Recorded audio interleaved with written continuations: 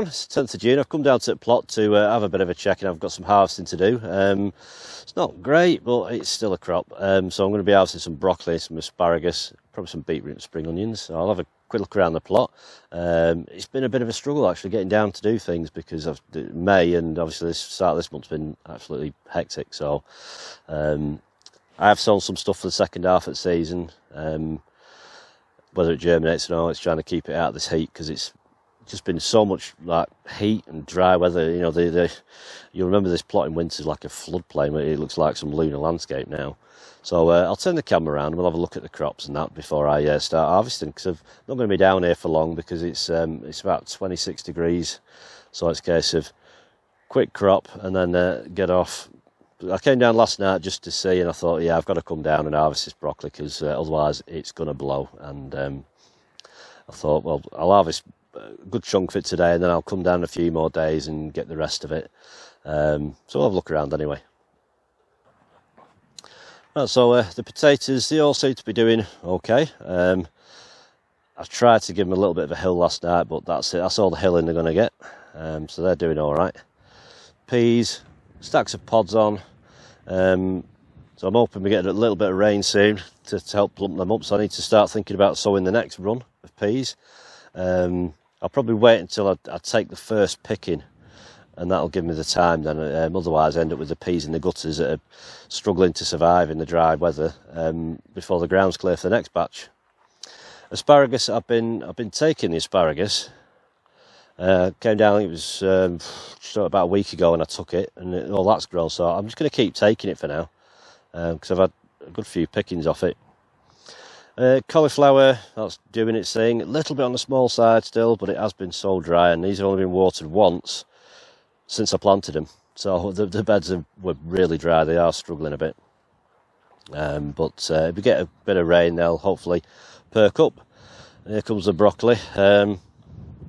Not massive, but I mean, it's like that. If I leave that another 2 or 3 days, it'll blow. Because you look at the buds and they start getting a little bit bigger, like they're about to turn to flowers, so I'll take them. So anything that's kind of got a few more days, like that one there, I can leave because it's quite tight. But anything that looks like it's forming little buds, they're going to get cut today. I've got side shoots to come. One that that'll be a leather jacket that's nobbled that one off. Couple of small ones, it'll be something that's been having a go at the stem or the roots below, but I'll cut the heads off and get the side shoots. Spring onions, they're doing all right. Beetroot, some of that's ready, some of it's going to seed. It's not the boltard. The boltard is not all right. That's like a cylindrical one. Onions, they're plumping up a bit now. I've had to keep pulling some out because it's not white rot, but they just, I don't know, something goes on with the bulb and they just sort of wither. So instead of risking it, whatever it is, I'll just pull them out. And as long as I've got the majority, but it's like there's big cracks in this ground. Some of them you can get your finger down. So you just got to watch for everything drying out and stressing out. Otherwise you end up with seed spikes. Garlic, that's doing all right. No signs of rust yet. There is a neighbouring plot that's got rust on some stuff she's overwintered, so I've just got to be careful because that'll just spread everywhere. Sweet corn, that's in now. 2 lots of sowings there because I had some old seed, and then I sowed the second batch, which were a bit missed, to be honest. So they'll catch up. There's probably only about 4 weeks age difference between the two, but they'll catch up at some point. And I don't mind a bit of a gap, you know, because they're close enough to still pollinate. So I mean, they'll pollinate first, and they'll pollinate second. Or they might just all catch up.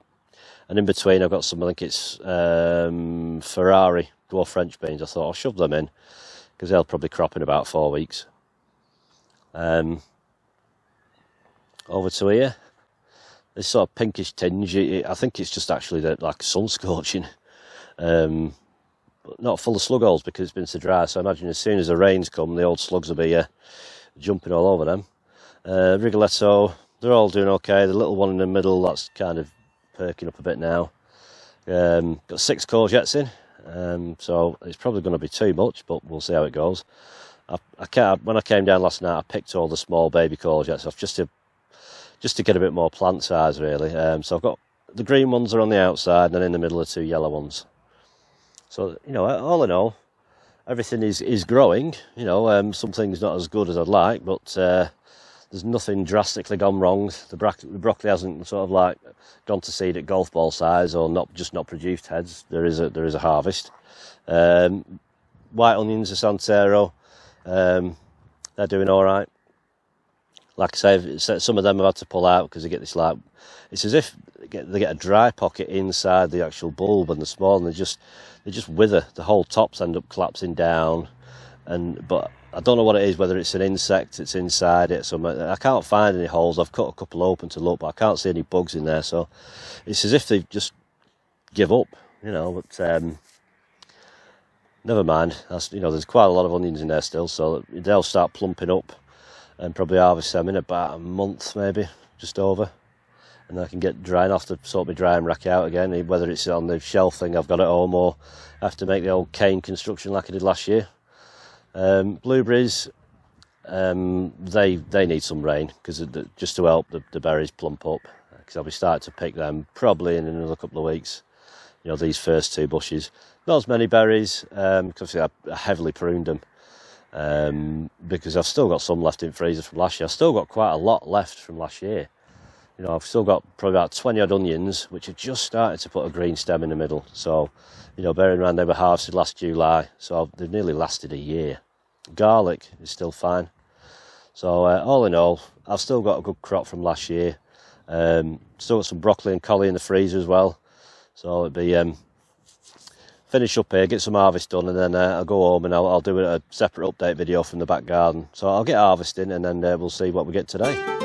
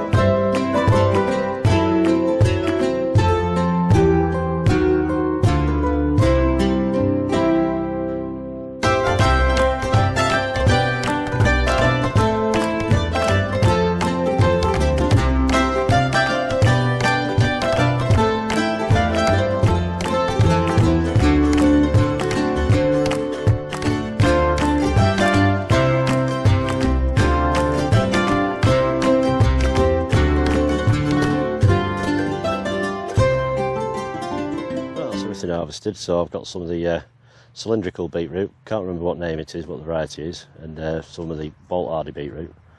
Good reliable one, so if you're new to doing beetroot, Bolt Hardy is a good one to do.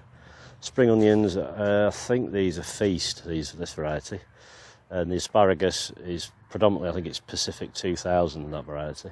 There is a couple of varieties, but it's mainly Pacific 2000, I think it is. Broccoli, various heads from, you know, size. Not till you can just start seeing the buds start swelling, so a couple more days and there'll be flowers. So if the plant's on the small side, like some of mine are, because it's just been so dry and I didn't feed the beds or anything like that, so they're quite hungry, the beds. So if you've got a small plant, it's just not going to produce a large head, so you better cut your losses, take what you can, and it'll chuck out some small side shoots over the coming weeks, and I'll pick them because they're great for stir fry. I actually prefer the side shoots to eat, to be honest, than the main heads, but still a crop, first crop at year from the plot. Quite happy with it, so soon be the glut. There is a couple of little flecks of rust on the garlic, on the spring onion, sorry, just tiny flecks, so a couple more weeks. I'll try and bring a piece in so you can see it. couple of little tiny specks here. Orange little centre, like little blisters, and then obviously they burst and the spores spread. Predominantly leeks, garlic, spring onions are first to catch it, and some onions do as well. And obviously chives, anything like that, any of the allium family, you know, they can cop for it. So it does slowly take over. So as soon as you've got it, just start. You can kind of pick some of the outer leaves off and just keep on top of it for a little while, but eventually the plant will succumb to it. So you're better off just taking it, get what you can off it, and prevent the spread as best you can. Weather is a big factor in role in it as well. So like I say, decent harvest. There's quite a few heads in there. Not massive, but you know, I'm going to do a second run. So all well and good the seeds germinate, that they don't bake dry in this hot weather. Otherwise, it'll be a bit of a no-go, because the cut-off date is kind of July to get them in the ground, really. And if they're not in the ground by then, it's going to be too wet on here to harvest them. So it's kind of fingers crossed. It gives me a bit of time to harvest the side shoots and the cauliflower, and then I can put some bloodfish and bone meal or a little bit of manure or something on top of the beds, plant the second run, and we'll have a bit more rain that side of the year, which does bring other problems, you know. Obviously you get more fungal mould type of disease problems when you get the warm wet weather.